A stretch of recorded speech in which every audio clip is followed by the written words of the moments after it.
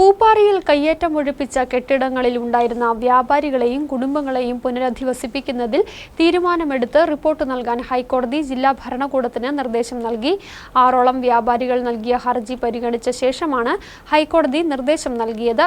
പന്നിയാർപുഴയുടെ നീരൊഴുക്ക് തടസ്സപ്പെടുത്തുന്ന കെട്ടിടങ്ങൾ പൊളിച്ചു നീക്കുവാനും ഹൈക്കോടതി ഉത്തരവിട്ടു.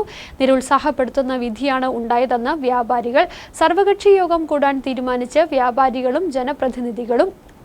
പൂപ്പാറ പന്നിയാർപുഴയുടെ തീരത്തെ അനധികൃത നിർമ്മാണങ്ങളുടെ പശ്ചാത്തലത്തിൽ ഹൈക്കോടതി ഉത്തരവിനെ തുടർന്ന് റവന്യൂ വകുപ്പ് നടപടിയെടുത്ത് സീൽ ചെയ്ത കെട്ടിടങ്ങളിൽ തുടർ വ്യാപാരം നടത്തുന്നതിനുള്ള അനുമതിക്കായി 6ഓളം വ്യാപാരികൾ ഹൈക്കോടതിയെ സമീപിച്ചിരുന്നു. വ്യാപാരികളുടെ പരാതി ഫയലിൽ സ്വീകരിച്ച കോടതി തുടർ വ്യാപാരം നടത്തുവാനുള്ള അനുമതി നിഷേധിക്കുകയും പുനരധിവാസ പദ്ധതി നടപ്പിലാക്കാൻ നിർദ്ദേശം നൽകുകയും ചെയ്തു. ഇതിനായി ഗ്രാമപഞ്ചായത്ത് സെക്രട്ടറിയെയും ജില്ലാ കളക്ടറെയും ചുമതലപ്പെടുത്തി. അർഹതപ്പെട്ടവരെ കണ്ടെത്തി 2 ആഴ്ചയ്ക്കുള്ളിൽ കോടതിയിൽ റിപ്പോർട്ട് സമർപ്പിക്കണം. പന്നിയാർപുഴയുടെ നീരൊഴുക്ക് തടസ്സപ്പെടുത്തി നിർമ്മിച്ചിരിക്കുന്ന കെട്ടിടങ്ങൾ ഉടൻ പൊളിച്ചു നീക്കുവാനും ജില്ലാ ഭരണകൂടത്തിന് വിധിയിലൂടെ നിർദ്ദേശം നൽകിയിട്ടുണ്ട്. റവന്യൂ ഉദ്യോഗസ്ഥരുടെ സാന്നിധ്യത്തിൽ കടകളിൽ നിന്നും സാധനങ്ങൾ എടുത്ത് മാറ്റുന്നതിനുള്ള അനുമതിയും കോടതി നൽകിയിട്ടുണ്ട്.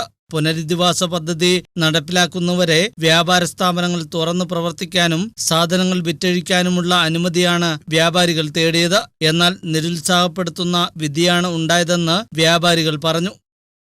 ഇപ്പോൾ നമുക്ക് എത്രയും പെട്ടെന്ന് അടിയന്തരമായിട്ട് വ്യാപാര സ്ഥാപനങ്ങൾ തുറന്ന് അവരവരുടെ ബാങ്കിലെ കടം അടയ്ക്കാനുള്ളത് അടയ്ക്കുക, കടയിലിരിക്കുന്ന സാധനങ്ങൾ വിറ്റ് തീർക്കുക, കൊടുക്കാനുള്ള ആളുകൾക്ക് പൈസ കൊടുക്കുക, അത്തരം നടപടികളാണ് വ്യാപാരികളെ സംബന്ധിച്ച്, അല്ലെങ്കിൽ ഇത് നഷ്ടപ്പെട്ട ആളുകളെ സംബന്ധിച്ച് അവർക്ക് അടിയന്തരമായിട്ട് വേണ്ട അത്തരം നടപടിയാണ്.